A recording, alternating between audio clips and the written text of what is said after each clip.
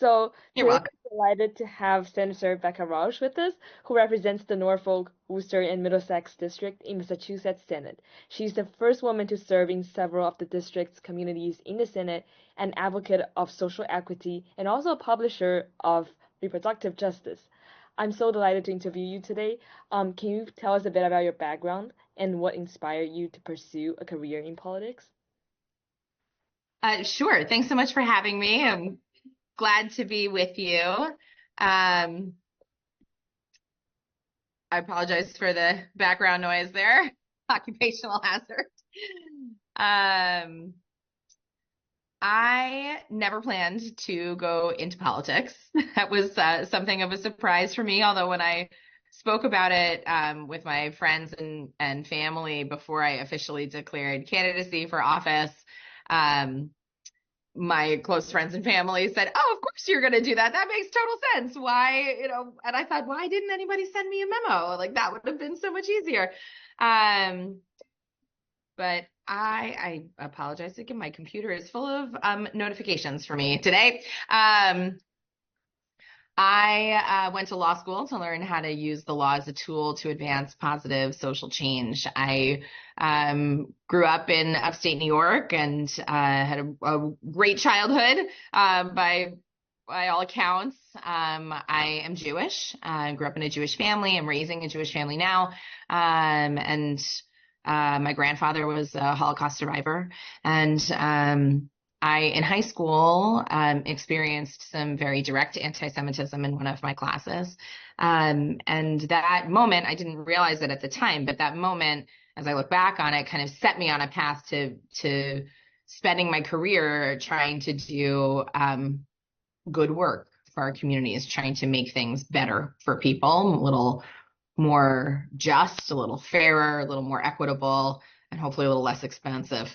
So that's why I went to law school. It's why I started working as an attorney. I always thought that I would be using the law in that facet as a practicing lawyer. And one thing kind of led to another. And I looked around. I live in Needham. I looked around when my kids were really little, and we realized that town meeting is the legislative form of government in the town. And there were pretty much no people on town meeting from our area in Needham, where there are droves of families with young kids. And we didn't have any representation on town meeting. There were basically no people from families with young kids in our local legislative body. And I looked at my husband and I said, I think I want to do this. And he said, how many nights is that going to take? And I said, I don't know. It can't be that bad. It's only 1 week. It'll be fine. And so I quickly ran around and got my signatures and got elected to town meeting in Needham. It was a little more time than I had expected, as is the case with many things in life and particularly in politics. But after showing up prepared and asking questions and really engaging in that process, a whole bunch of people came up to me afterward from my town and said, who are you and where did you come from and what else are you going to run for? And 6 months later, I was running for the state Senate. And we won, which was amazing and wonderful. And here I am, 7 years later, still serving in the state Senate, having some really, really tremendous wins, and big positive changes for people all throughout the state, under our belts, so to speak, and with significantly more work still to do. Um, so really honored and really privileged to do this work and still deeply dedicated to it. That's amazing. So it's like 7 years and you focus on a lot of issues, including like public health, education, election reform, climate change. I think it's really great. And what are some key issues that you're facing during this current term? Well, it's almost easier to answer the flip of the question, which is what issues are we not facing in this term? Particularly with the change in administration in Washington. Basically we're working on everything Yeah. from a wholesale perspective within the legislature. We have to continue to work on climate. We have to work on environmental protection and preservation, and we have to work on public health. We have to work on personal health. We have to work on reproductive health. We have to work on mental health. There's so much just within the sphere of healthcare. In fact, as fate would have it, earlier just this morning, another report, the annual report from the Center for Health Information and Analysis was released, showing that our healthcare costs have grown significantly in the past year. In fact, it's the second highest growth level since they started tracking it over a decade ago, which is tremendous and not in a good way, right? So we did pass legislation last session to try to help rein in the cost of healthcare. Pharmaceuticals are a big driver of those costs. That was passed into law last term. So we've done some of the work to try to get at that already, but there's still plenty more work to do. And I think one of the biggest things on people's minds right now, in particular because of the change in administration in DC, is strong governance, small d, lowercase d, democracy, elections access, elections reform, election efficiencies. And so we've got a ton of work to do in that kind of democracy and elections bucket. And that was one of the things that really became has always been a focal point for me, especially having come into the state Senate from having worked in the state executive branch, making our government work as well and efficiently and cost effectively as possible. And so working on all those pieces and also making sure that elections are free and fair and accessible all across the state have always been a focus of my legislative portfolio. But this term, particularly because of Trump's reelection to the White House, those components are just shy of half, actually, of my legislative work this session. I'm also have already renewed, actually, my Abortion Access Act, which I co-filed with a colleague of mine in the House, Representative Sally Kearns, because we still have, even with all of the accomplishments we have already made in the last several years on ensuring meaningful access to abortion care in Massachusetts, we still have more work to do on that. So that bill, with some edits for pieces that we've already enacted into law, which is terrific, has been revised and refiled. I've also refiled my Community Immunity Act, which is comprehensive, robust vaccine infrastructure legislation, particularly as we have a known and continuing to prove himself as an anti-vaxxer as the Secretary of Health and Human Services in our national government. We cannot wait. And especially as we mark this week the 5-year anniversary of the declaration of the state of emergency for COVID-19, what exactly are we waiting for? We have to have better infrastructure. We have to have better laws on the books. We have to better empower our Department of Public Health. We have to better empower families all throughout the state to know the herd immunity and community immunity protections available in various different pockets all around the Commonwealth. So we've been doing that work, in fact, even predating COVID-19. I was not trying to be omniscient in any way. What a terrible global deadly epidemic that we all had to figure out how to navigate. But that also remains one of my top legislative priorities, in addition to my work on elections and democracy, and particularly my Elections Upgrades Act. It's 20 pages of legislative language that really provides sorely needed upgrades to our elections infrastructure. So we're working on a lot of these pieces, and that's just a snippet, and that was many minutes of me talking. So we've got a lot to do. Yeah, like Massachusetts is definitely like one of the state that invests a lot in the people. I actually been to visit the Franklin County Jail a few weeks ago, and I was very like surprised by how good the infrastructures are. And I wonder, like, as you said, even Massachusetts has a lot of work to do. Like, what is it like right now in the other states? Yeah, especially regarding this presidential election, a lot of my female friends, especially like a lot of my friends who are interested in feminism, were talking about how we believe that having more female leaders on the table can promote world peace. I was wondering, like, how do you feel about like how to take more steps to actually achieve gender equality in political representation, I guess? Yeah.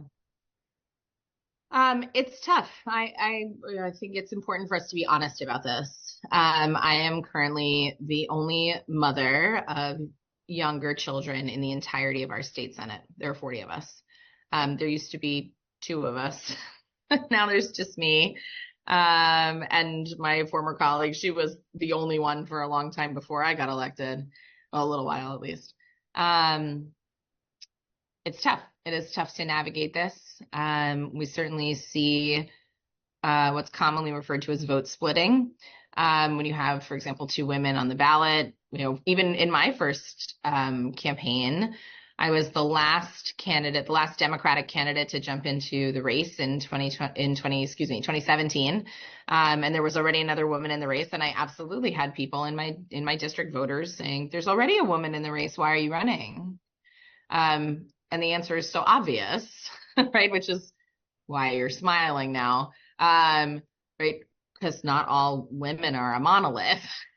We have different perspectives and different experiences and different skill sets and different focal points and different ways of doing the job, different priorities. It's just different. And so I think part of what we need is more support. Also, fundraising historically has been notably more difficult for women candidates than for men. And that's particularly true when you add an additional axis of identity that falls into a minority status, right? Women of color, women who are members of the LGBTQ community, women who are a minority religion, right?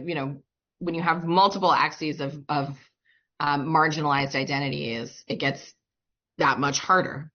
So there have been some advances, right? When I ran for the first time, both of my children were under 5. They were really little. They were super cute. They are still super cute. But they're just they're so squishy when they're little. But at the time we couldn't use campaign funds to pay for childcare. We've changed that now. You are now permitted by law to use campaign dollars in Massachusetts for childcare. That's a big step forward. I serve on the board of the Women's Caucus in our legislature, as I have for many years now.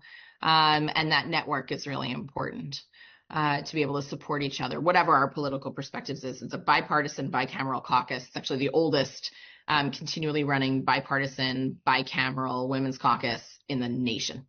And we are celebrating our 15th anniversary this year, which is really quite something. I also think that ranked choice voting is an important part of being able to move forward and have more equity across the board, gender parity for sure, but also many other forms of equity and representation. Because of that vote splitting that I was talking about before, right? When you have ranked choice voting, people can say, "Oh, I want to choose." I want to rank all of the women candidates. And, if that's their particular perspective, you rank the candidates as top to bottom. If you can rank your favorite cookies or your favorite ice cream, you can also rank your favorite political candidates. And so I've been carrying that bill for a long time as well. Thank you so much for sharing all of that. You mentioned like there are multiple identities for people, and of course, like gender is an important part of one's identity. It doesn't like define us completely, but I was wondering, how do you feel like your experience as a woman has shaped your perspectives and approach to politics, especially? Um, that's such an interesting question. I don't know what it's like to walk through the world as anything other than a woman, right? That's my only life experience. So I don't know how it would really be different if I were not a woman. I think I certainly experienced sexism. I in a variety of ways, in a variety of settings. And currently I am the only woman in my entire legislative delegation from my district.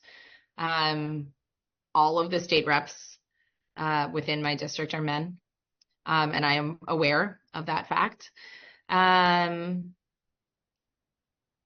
think the expectations are higher for women generally because we are still not considered in the sort of general vernacular or general consciousness as what politicians look like. I think we're changing that slowly but surely, especially with, the first ever all women pair in the corner offices, right? 5 of our 6 constitutional offices are women. That's huge. But we're still only at roughly a third of women in the legislature. And I'm not sure what the statistics are in local government, but so we are slowly but surely changing this sort of people's kind of embedded vision of what politicians look like and sound like. Michelle Wu, Mayor of Boston, also changing the face of what politics look like. So I think those things are shifting, but but it is still true for sure that women candidates, women politicians, women in many professional fields are held to a higher standard. But I also think that the more we have women in politics and women at the table, as you said earlier, the more the conversation shifts, the more the topics change. Right? We've talked at length in past comprehensive legislation about early education and care. We talk about miscarriage in a way that would not happen but for me and other women in office. The nature of the issues that we raise changes, the nature of the conversations change. And so, yes, we're held to a higher standard, but also, yes, we're making impact. I really do agree with what you said. Like, in order for more people, more women to actually like sit at the table to access this sort of like political power and representation, I think it's also important that we have more young people to be aware, as you said, like how to change their approach of their like stereotypical vision of what a politician should be like. It shouldn't just be an automatic vision of a white male, right? So yeah, I was wondering like what are some skills do you believe are essential for high school students, such as like me who aspire to like perhaps pursue a career in politics? Like what kind of activities or skills do you think they can develop or like participate in? Yeah, great question. First of all, I encourage you and all of your friends and colleagues and age contemporaries to get involved. There are so many different things that you can do. First of all, I think one of the easiest things to do is actually just have a conversation with somebody like me. Right? I hold monthly office hours. Young people have signed up for those office hours plenty of times. Come and chat, right? We'll be happy to chat with you. I think I'm by far not the only person in the legislature who feels this way, but I find some of the most persuasive communications from constituents come from my younger constituents. Right? We were able to create, life-saving mental health supports for young people because we sat down and listened to young people. So, reach out to your state representative, reach out to your state senator, ask for a meeting. Many of us hold regular office hours. If not, you can ask for a meeting, independent of any office hours, and just, get involved in those kinds of conversations. I also think, one of the best things you can do to get into politics is work on a campaign, volunteer, intern, become a fellow, pick one, right? Doesn't matter. And actually think the more beneficial the experience comes at the local level or at the state level, right? Once you get into sort of higher up the ballot races, congressional, statewide, et cetera, their staffs are much bigger necessarily. So for a person in high school, such as yourself, volunteering or working on a farther down ballot race could get you some of that more higher level experience within the campaign structure, just because the campaign itself is smaller, right? It's a smaller caption area, smaller district. So, get involved, have conversations in terms of, skills, public speaking, negotiating, communication skills are top of the list. And any sort of, so debate, right? Debate club is still a thing, if I'm not mistaken. I think there's a lot of opportunity learn about how to be an effective communicator, negotiator, and advocate within our high school education system. So I would take advantage of those. And also just soak up as much as you can about civics education, right? The more you understand about the interplay between local and state and federal government and how it all works and which piece, even then within each level, right? The executive branch and the legislative branch and the judicial branch, and kind of understanding the differences between statutes and regulations, and just anything that you can soak up and learn it. um, and get involved at the local level in particular. Right? Town races come every spring. City races come every other year in November, opposite the state and federal elections, in the odd number years. Run, right? I think in most towns, I think you have to be 18 to run. You have to be a registered voter. Make sure you register to vote. That is also really key. And then actually vote. Go with your parents to vote. Like, be engaged in voting.